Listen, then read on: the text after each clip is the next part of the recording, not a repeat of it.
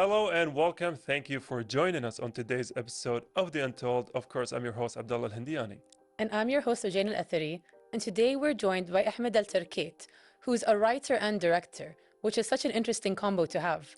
It is, honestly, and I can send a special thank you to the producers and the production team of The Untold for always bringing, people who work in the filmmaking industry, especially in Kuwait, because as a huge movie buff, I'm always, curious to sit down with them, talk to them, see all about the process here. I agree, and I think it's so cool that we have a local filmmaker who specializes in movies in Kuwait and Kuwaiti films, because it's great to have that kind of representation.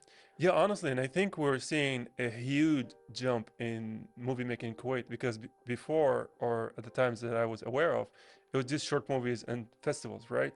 But now they're actually transitioning to making full feature movies. They're putting them on, platforms. So we're seeing a large movement toward that. I agree entirely, and that's why I'm quite excited to talk to Ahmed today, because he's both a director and a writer, and he even made a movie and won awards for it. Oh, And I mashallah. think that's something that is really cool to talk about. It is very cool to talk about. And with that, we are going to take a break so we come back and sit down with him. And we are back, ladies and gentlemen, from that break. First and most importantly, I want to welcome you, Ahmed Alterkait, for being our guest today on The Untold. Thank you so much for having me here. It's wonderful to have you. And you're both a writer and director. And before we get into that, I wanted to ask you, where did it all begin? Your creative spark. How old were you?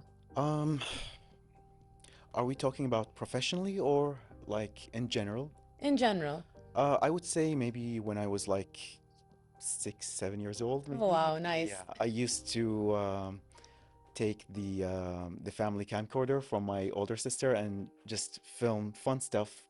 Just me and my cousin doing like horror films, using maybe like watercolors as blood.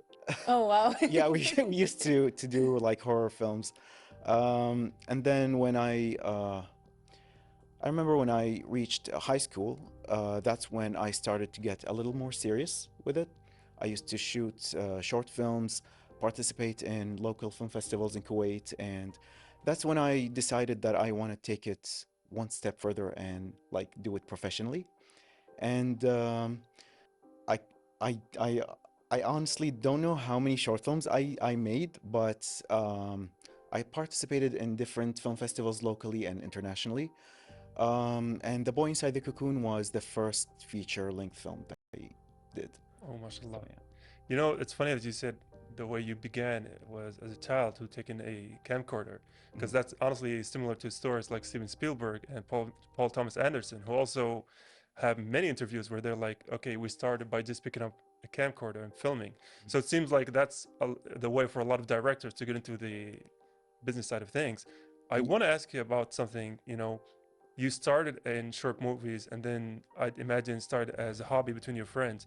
But when did that jump from it being a hobby to it being something you want to do for life kick in? to be honest, when I was like 5 or 6 years old, that's when I started um, playing piano. I Mashallah. used I started as a musician, and from there I started learning different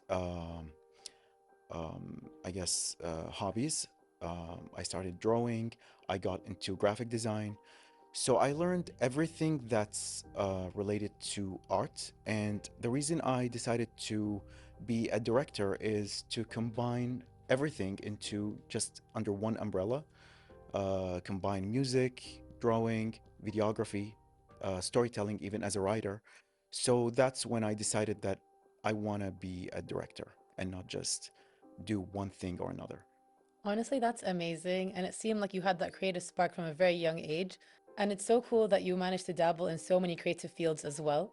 I feel like that gave you such a great image of what you could do, because you got to see things from so many different types of angles, not just one direct angle. And actually, when it comes to directing, I think that's part of it. You need to see the big picture all the time. Of course, of course.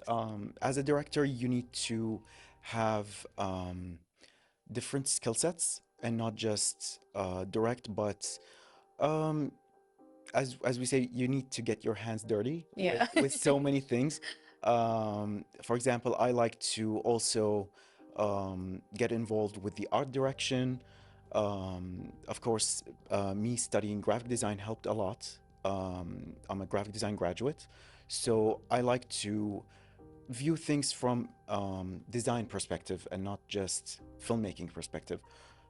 So I need to see everything and how it looks from so many angles, from the artistic angle and the music part, and like try to harmonize everything together. Yeah, I love how a lot of directors say that the job is managing people. The product, the movie, the series, the show, whatever you're making is secondary. The most important thing is having control of all these people, combining them to make that good product. Mhm. So, what do you find the most challenging aspect of this kind of, endeavor? Um, the most challenging part is actually finding the right people that convey the kind of message that you're trying to achieve visually. To find those people who relate to you as a filmmaker and as an artist, who share the same vision, who believe in you. So I would say that's the hardest part for me as a director, at least. And what about your stories? Where does the ideas for them usually come from, like the creative side? Do you draw from personal experience or do you draw inspiration from elsewhere? Um, it's actually a combination of both, I would say. I like to write something that I personally relate to, or something that I personally care about, and combine that with some kind of imagination because my films tend to have this psychological uh, fantasy part. So I like to combine reality with psychology in a way and sort of have my own personal voice when it comes to filmmaking. Yeah. And mashallah, you're one of the filmmakers who also like to write their own stuff, I'd imagine. And that's a very key kind of people because sometimes the approach is that you have an image or story in your mind and the script comes later, but sometimes the script comes first. So where you are in those two, kind of people. Um, for me, I would prioritize story over the directing because um, for me, filmmaking is not just about showing off angles and the spectacles of the image, but the story that you're trying to tell. So if the story that you're trying to tell isn't as compelling, I don't think that you're gonna get a nice product, no matter how pretty it looks visually. You need to sell something that affects people emotionally and psychologically. So yeah. Honestly, I think it's so great that you look at it that way because I agree with you wholeheartedly. There are so many amazing movies that are shot so well and their visuals are stunning, intense, but the storyline is just weak.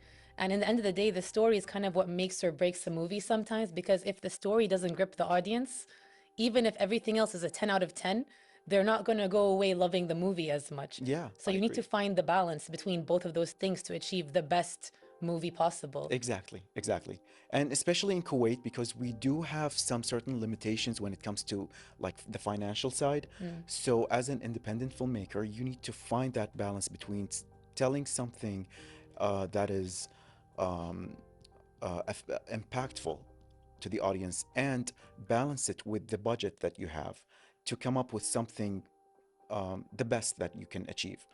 Yeah. There's a very funny story about, the writing process between the directors who are also writers.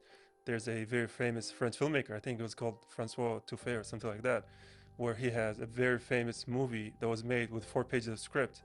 And when they interviewed the actor, he's like, the director knows what he wants, he just tells you what he wants. I'd imagine you're in the complete opposite side of the spectrum. You'd like to have your pages come in full, which would make the actors have a much better job at doing that. Yes, especially I would say, especially on with my last film, The Boy Inside the Cocoon. Um, we had so many plots and subplots in that movie, and to have all the actors understand the bigger picture and not just their roles, it takes a lot of explaining to do to the actors to get the full picture and not just explain to them what their specific role is, but what the impact of their role is on a bigger scale. So that's my job as a writer and as a director to paint the full picture for the actors to understand what they're doing.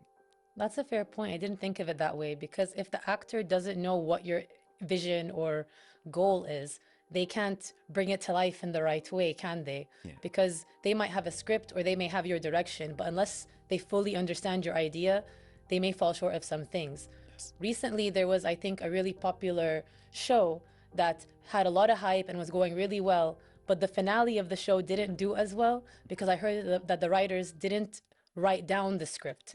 They had it in their minds, but they didn't put it down. So when the actors were shooting the final scene, it wasn't fully out there.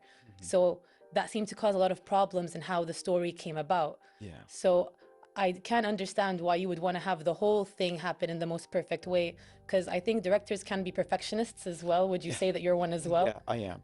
I honestly am. Not just as a director, but as a writer and as an editor and as a colorist. I do so many things in my own work. So that's why I take maybe more time than other directors would, because I am a perfectionist. And I know that not everything can be perfect, but I try my best to get it as perfect as it could be. So, in your opinion, what is the most important thing when it comes to shooting a scene or a movie? Is it the performances, the visuals, having the aesthetics, the style of it? Like, what comes first? I would say the the harmony of everything working together. I wouldn't prioritize one thing over the other because I know that nothing can be perfect. The performance can fall short, the visuals as well. But to have something that works very well, the chemistry between everything can make something very special. Uh, because to me, even though I chase um, perfectionism, um, I know that at the end of the day, what you present to the audience and how emotionally impactful it is so much more important than focusing on one side over the other. You need to have everything working so well um, to the point where people can be forgiving when you fall short over one thing or another. I agree. I mean, I'm a perfectionist myself, so I understand the struggle. And I think with creativity as well, you're always your harshest critic. So you might be seeing something and being like, it's not good enough. Mhm. And everyone around you is like, it's perfect. It's great. What do you mean? Yeah. It's so good. What are you talking about? So it's kind of, you have to give yourself that kind of grace Mhm. because you're never going to get it to be 100% what's in your mind, like the perfect vision in your mind. But sometimes you just have to do it. And if you don't do it, it doesn't become what you want regardless, and you can always fix things up a bit later. Exactly. So would you say that that's one of the hardest parts of you to kind of communicate to your actors or other people with you on the film to try to get the image to where you want to be? Yeah. I'm actually known as a director for uh, reshooting a lot. Like I would, yeah, I would shoot like 20 to 25 takes for each shot. Oh, wow. And that can be, um, it can cost a lot, not just financially, but also mentally and emotionally for the actors. But even so, sometimes when you review your own work, even years later, you might get that idea that I could have done this better. I could have achieved this better. That person could have done a better job. But as I said, you cannot really, as an artist, reach that perfection. But you could always strive for it, and I have so much respect for people who do. Yeah. And honestly, it seems like if it's perfect to you, that's what counts the most, right? It's not pursuing perfection per se, but it's perfect to you. Mhm. And also, what I love about movie making is that the two approaches are working, right? Because Matt Damon recently had an interview where he said Clint Eastwood, he's also a director who has Academy Awards, he takes the first take of a movie. And then you have another interview with Brad Pitt, who said that David Fincher used to take 99 or 100 takes of a movie. Mhm. And both those two filmmakers are renowned, amazing. So two methods do work. Yes. Yeah. And with that being said, we are going to take a break. We'll come right back after this one. And we're back from that short break. So we were just discussing your creative process as a writer and a director, and I loved hearing how you encompass so many different things in the creative field to have your vision in the right way. However, I do also know that even though you're a perfectionist, regardless of it, in any creative field, sometimes you suffer from creative blocks Yes. or issues that kind of stifle your writing or your directing. So could you tell us about them and how you overcome them? Um, when it comes to creative blocks, it's mostly about the writing. That's the most challenging part for me, and I do get writer's block quite a So lot, common. actually. So Yes, common. yeah. So the thing that I do is I actually handle so many projects at the same time. So when I get a block in that project, I revisit an older project just to take a break from that one. And sometimes it can happen like for a long period of time. Like I would revisit a project that I have been working on for over a year. So it does happen, and um, I do not force myself creatively when it comes to writing because I believe that writing should happen organically. Um, so yeah, that's generally what I do. Yeah. And also after you've passed your writer's block, now you have a complete, written script, and then you give it to the actors. Like, how do you transport your vision to them? Like, do you let the pages talk, or do you spend the time with them, talking them through the scenes one by one? I actually do spend a lot of time explaining the whole script, even for side characters, not just the main characters. And um, what I do is, after explaining the entire storyline and the character itself, we do a lot of rehearsals just to get that character right, and I do hear their um, inputs as well. Because at the end of the day, this field is a collaborative field, so sometimes they do share their inputs and they're beneficial. Like it helps improve the story and the character itself and make it more believable. So yeah, that's my process when it comes to explaining my story to actors. That makes sense. And I feel like sometimes the actors really take on the role of whoever they're acting. They get into the mindset of that character. So sometimes they would have insights about how that character would behave more Yeah. because they've studied them so much and they've kind of become them in the process. Yes. And sometimes I know that in a lot of movies and stuff, actors will be like, I don't think my character would do this or say this. They'd more like do it in this way. Hmm. So do you get that a lot as well? Yes, and I love them for it. Honestly, I think it's Yes. great when you guys can work together to make that happen. Yeah. And you spoke about how when you first decided to be a director, you were doing it in Kuwait. Hmm. And I know that maybe before it was maybe harder to do creative things in Kuwait. It's not the same as it is today. So, what would you say about the current state of filmmaking in Kuwait?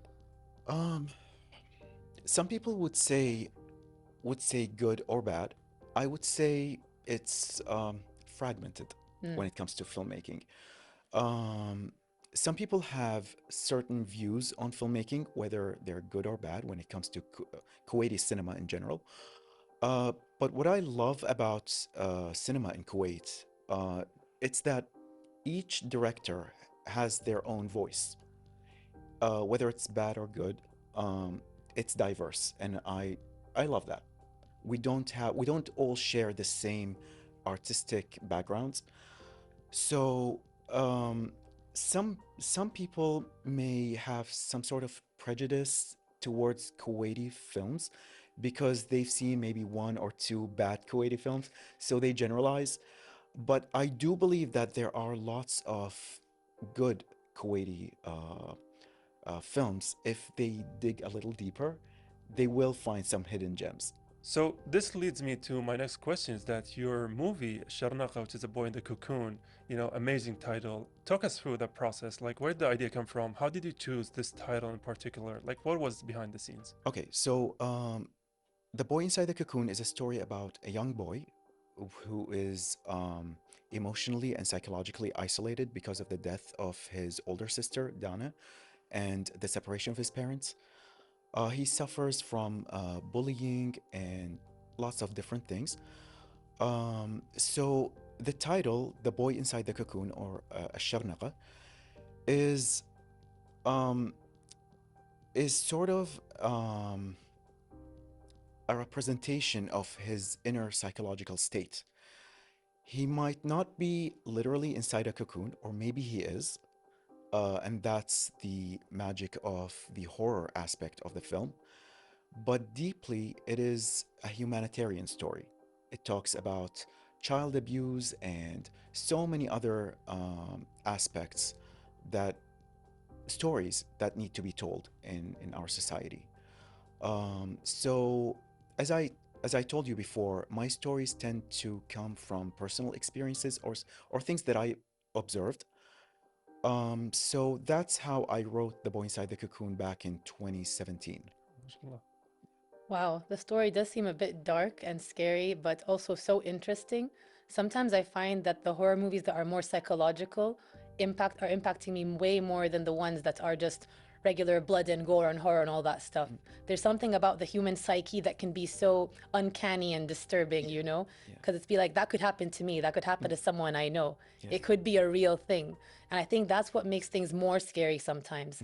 Sometimes it's something just about like zombies or vampires. Yeah. You're not expecting to see one walk through the door, you know? Yeah. Exactly, yeah. So you said that you had this idea way back in 2017. So that's how long it was with you before it became a script, or did you write it then? I actually wrote it in 2016. It was a short film.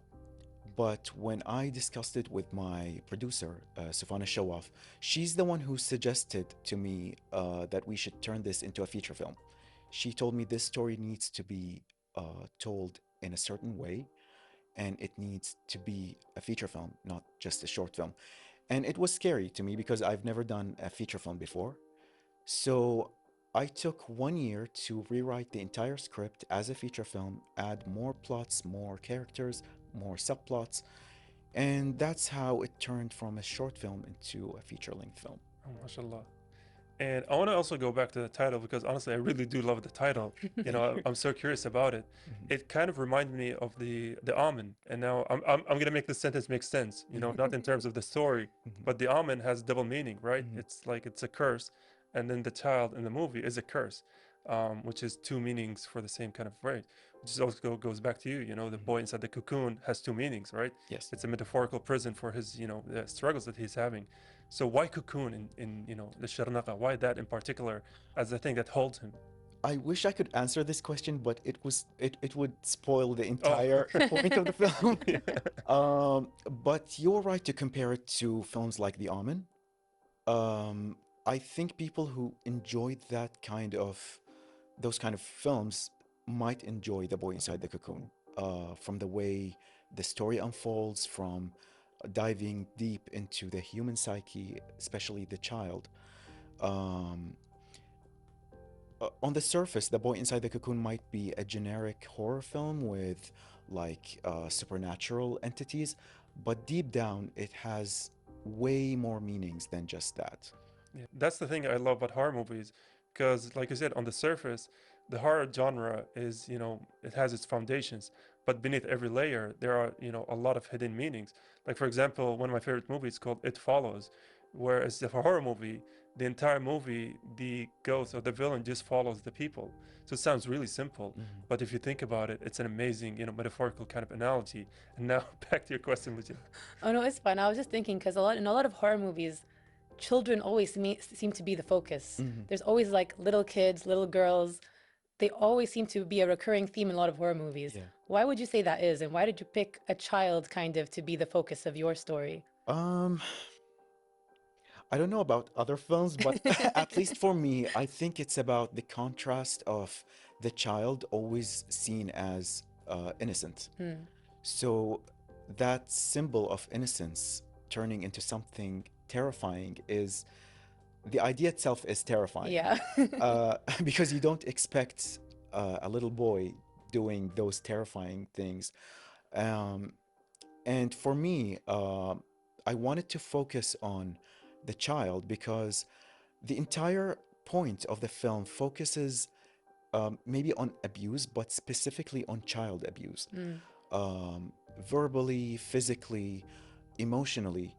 The film explores child abuse in many different places, in school, at home, the emotional isolation and how it impacts a child. I wanted to highlight those things in my movie, and I hope I did a good job at that.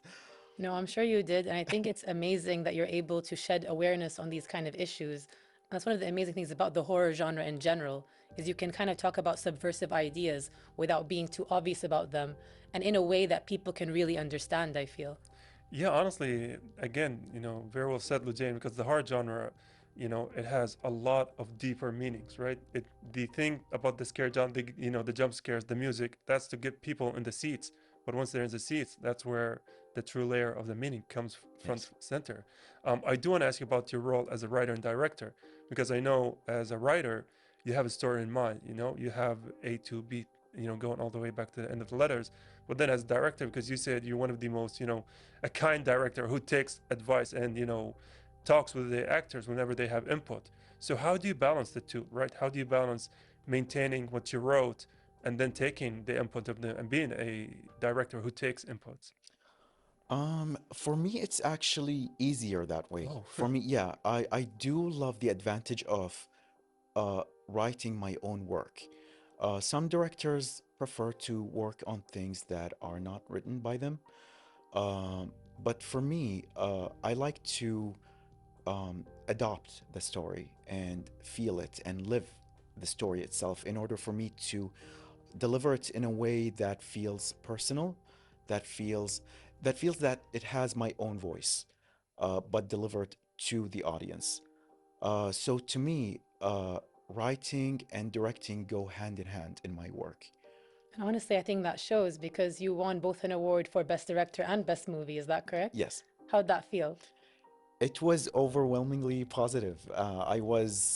Um, I won at the AIU Kuwait International Film Festival, awesome. and it was a very, I would say it was a validating moment for me.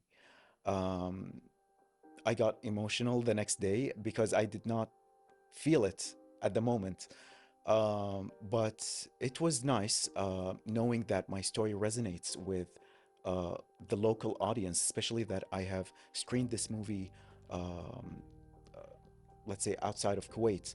But to see this reaction from my audience in Kuwait, it always feels special to me. MashaAllah. I mean, I can honestly say we're proud of you. I think the viewers are proud of you. You know, I'm also very happy that we got the opportunity to talk with you Thank you so as a much. huge, you know, movie buff. So I do want to thank you for being our guest on today's episode of The Untold. Thank you so much for having me here. It was a pleasure to have you, and I hope you have so much more good luck in your future. Thank you. Thank you so much. And we are going to go on a quick break. And with that, it wraps today's episode of The Untold. Honestly, Jane, I had an amazing time. He was very, you know, informational about the industry as a whole. He really was, and I thought it was so cool how he talked about his process, how he grew up with that spark and decided to make it an actual career. Not a lot of people love creative things as they're young and actually make it a proper career as they get older. And he chose to do both writing and directing. And he found a way to sort of make it a whole thing so that he can deliver his image in the best way possible. Yeah, and honestly, I loved how he's one of the directors who advocated for taking, you know, input from actors and everything. Because I know a lot of directors are like, you know, I made this one, this is my movie, just say the lines. Yeah, But my way or the highway. yeah, my way on the highway. But he was on the entirely different road, which I really like, right? It adds a dynamic to the shooting, and I do hope the best for him and his future endeavors. I agree, and I love that he does that because it allows the movie to come together so much better when everybody is in agreement with how it works. And I thought it was really cool the way he talked about his movie and the psychological aspects about it and shedding awareness on child abuse and other issues. And I think the audience should go and see the movie when they can. Yeah, you know, especially after this episode wraps, that's your ticket to go and see a Sharnaqa. With that being said, that's it from us, the team of The Untold. Goodbye, and we'll see you next time.